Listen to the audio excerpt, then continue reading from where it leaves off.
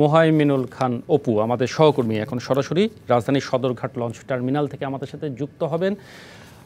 নৌপথে বাড়ি ফেরা মানুষের খবর তার কাছ থেকে জানবো। অপু, জানাবেন এখন কি অবস্থা, যাত্রীদের চাপ কেমন? সকালে একটি দুর্ঘটনার ঘটনা ঘটেছে, সব মিলিয়ে পরিস্থিতি শুনবো আপনার কাছ থেকে।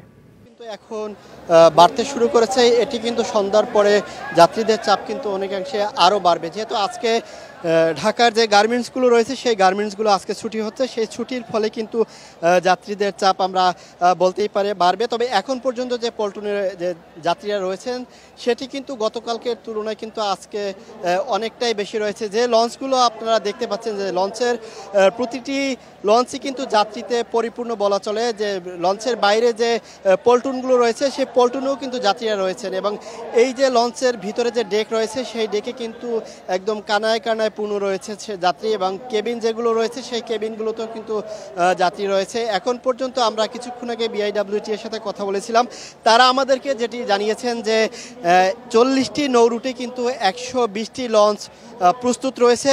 বিকাল 4টা পর্যন্ত 43টি লঞ্চ ছেড়ে গেছে, এবং বাকি লঞ্চগুলো কিন্তু তারা ধাপে ধাপে ছেড়ে যাবে। যাত্রীদের চাপ যদি আরও বাড়ে সেক্ষেত্রে কিন্তু তারা বিকল্প ব্যবস্থা রেখেছেন, যে খালি লঞ্চগুলো তারা নিয়ে। আমরা বিকেলে দুপুরের আগে কিন্তু যে লঞ্চ দুর্ঘটনা ঘটেছিল সেখানে কিন্তু একজন যাত্রী এবং একজন লঞ্চের স্টাফ আহত হয়েছিলেন, এবং এরপরে কিন্তু আর কোনো দুর্ঘটনার খবর পাওয়া যায়নি। এবং লঞ্চ ঘাটে কিন্তু যে নিরাপত্তার বিষয়টি রয়েছে, এখানে পুলিশের কন্ট্রোল রুম রয়েছে এবং পাশাপাশি র্যাবেরও কন্ট্রোল রুম রয়েছে।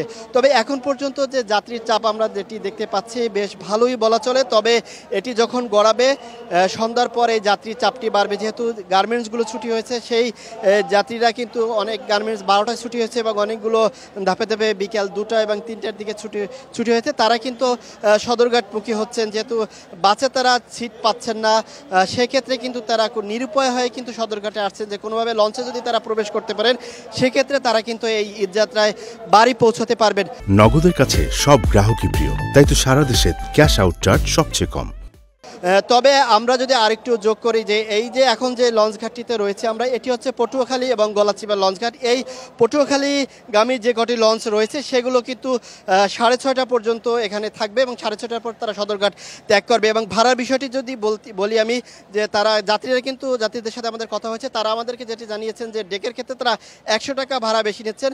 যদি আরেকটু যোগ করি, যে লঞ্চে যে যাত্রীরা যাচ্ছেন তাদের ভাড়া কিন্তু শুরুতে কাটতে হয় না, এটি মধ্যরাতে লঞ্চের ভাড়াগুলো কিন্তু কাটা হয়, এবং সেক্ষেত্রে ডেকের ভাড়া 400 নিচ্ছে। এবং সিঙ্গেল যে কেবিনগুলো রয়েছে, ক্ষেত্র বিশেষ বরিশাল যে লঞ্চগুলো যাচ্ছে সেই লঞ্চগুলোতে কিন্তু সিঙ্গেল কেবিন 1200 টাকা নেওয়া হচ্ছে, এবং ডাবল কেবিন 2500 টাকা, এবং অন্যান্য নৌ রুটেও যেগুলো রয়েছে সেগুলো কিন্তু সেম একইভাবে ভাড়া তারা নিচ্ছেন। আর যে ডেকের ক্ষেত্রে বরিশালে যে 400 টাকা নেওয়া হলো, ভোলা পটুয়াখালী এইসব রুটে কিন্তু 100 টাকা বেশি, 500 টাকা নেওয়া হচ্ছে।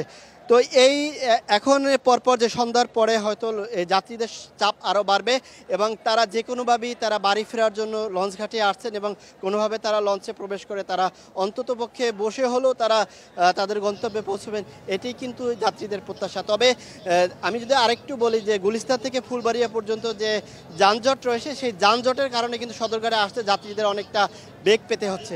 তো এই ছিল রাজধানী সদরঘাট থেকে ঈদযাত্রার সবশেষ খবর।